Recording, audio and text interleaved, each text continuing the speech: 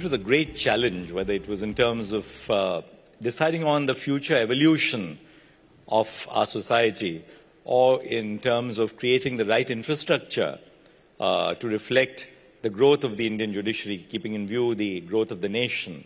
So it was a time of challenge, it was a time of opportunity, and it was a time to transform as well.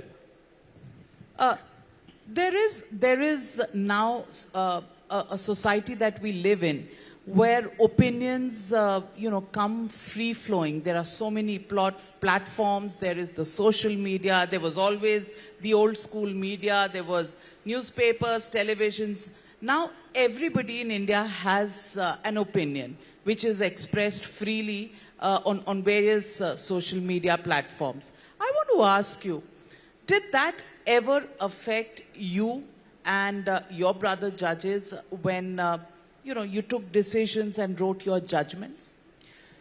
At a conceptual level, the role of the judiciary in a time of flux, in a time of change, in a time of a divided polity, is also to impart stability. That there are certain eternal values on which our society is based, the framework of our democratic governance is based. And therefore, much as we see a change going around us, whether it's in terms of the advent of the social media, the lower time spans for tolerance of young people in particular, at the end of it as judges, every judge needs to focus on what's the abiding or enduring value of a nation. And I think that sense of stability which the judges impart to the national fabric is crucial to maintaining peace and stability. Having said that, it would be almost hypocritical for me to say that judges are not impacted by what they hear or see on social media. A lot of times criticism about courts is extremely transient and inappropriate, because everybody believes that what you see in 20 seconds of a frame which is put forth on social media of a live streaming of a court hearing reflects the final outcome of a case, which isn't so. The final outcome of a case is what is dealt with in a judgment of the court, not the discussion or the dialogue which goes on in a court. But these are some of the challenges which social media does throw up for courts.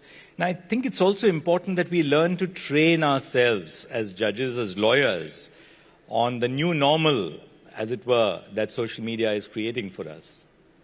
This new normal brings a lot of, heartache, heartburn.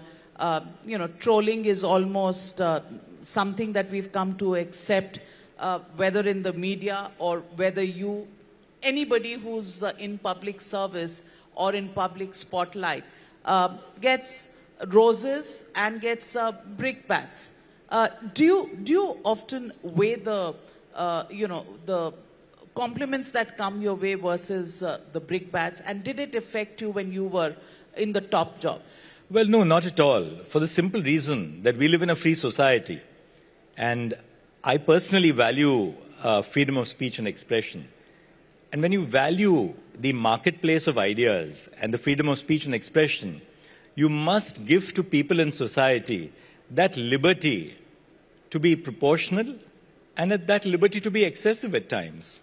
I saw some of those excesses in terms of the criticism which I faced or my colleagues faced on the bench.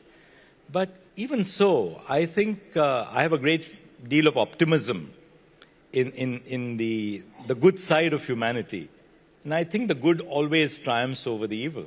And I see that happening. If we don't live by a sense of optimism, what's the future for? And I think it's important that, we all live with a sense of optimism in what we can do to better society around us, notwithstanding some of the hiccups, notwithstanding some of the roadblocks, notwithstanding some of the speed breakers.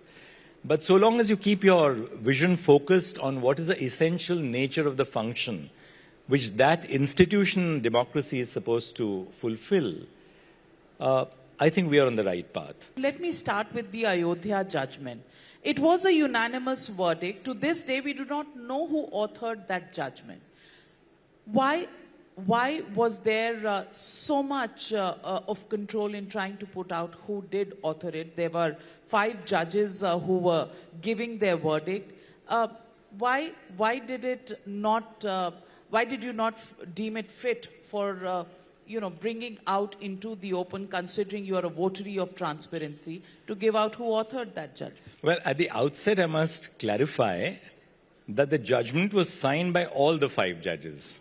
It's not that the judgment has not been signed by all the 5 judges, because a judgment, to be a judgment, has to be signed by every member of the bench. But having said that, we decided when we were in conference not to ascribe authorship to the judgment. And the reason why we did that was this.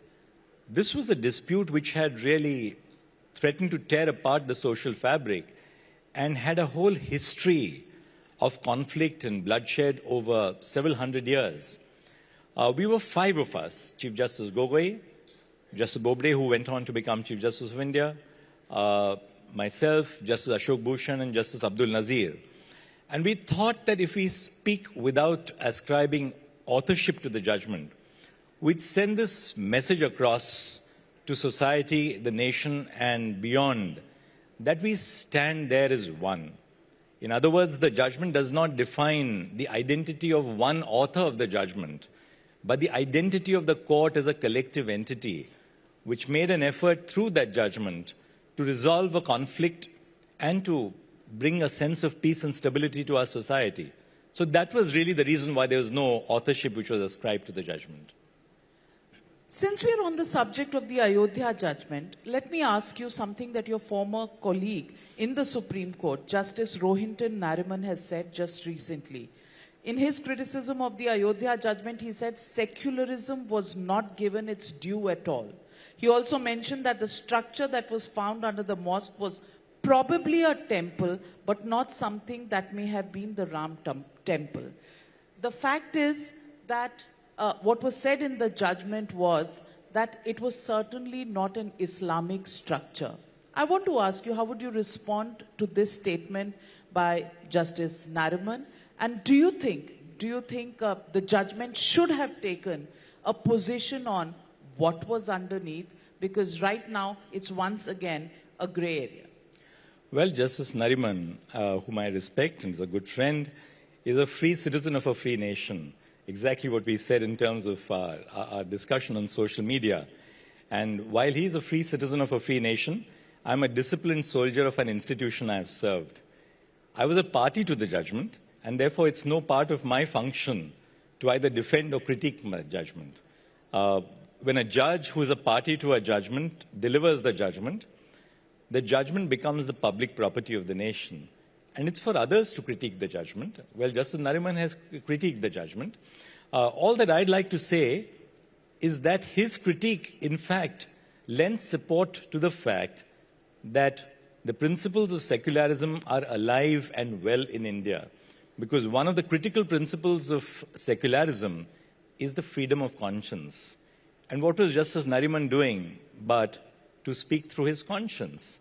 And the fact that you have in our society people who give vent to these opinions is itself a reminder that secularism is well and alive in our country, and I genuinely believe that.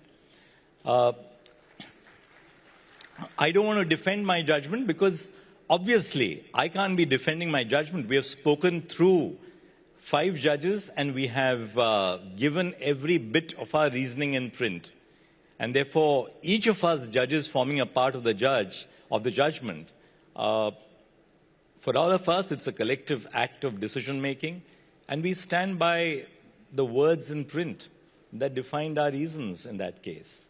But what happens to the charge that secularism was not given its due at all, especially when it comes from a judge who belongs to a minority community? Well, that's a perception, and there would be other perceptions across the spectrum. And that's why you have a situation where courts decide on issues of the moment. They decide on issues which confront the nation. Citizens are entitled to comment, to critique, to discuss. That's part of the dialogical process in a democracy. That's one perspective which Justice Nariman has, and I'm sure everyone respects the perspective. But surely, that perspective does not reflect a monopoly of truth. The final word is the word of the Supreme Court. Well, If you like this video, then like, share and subscribe to Mirror Now.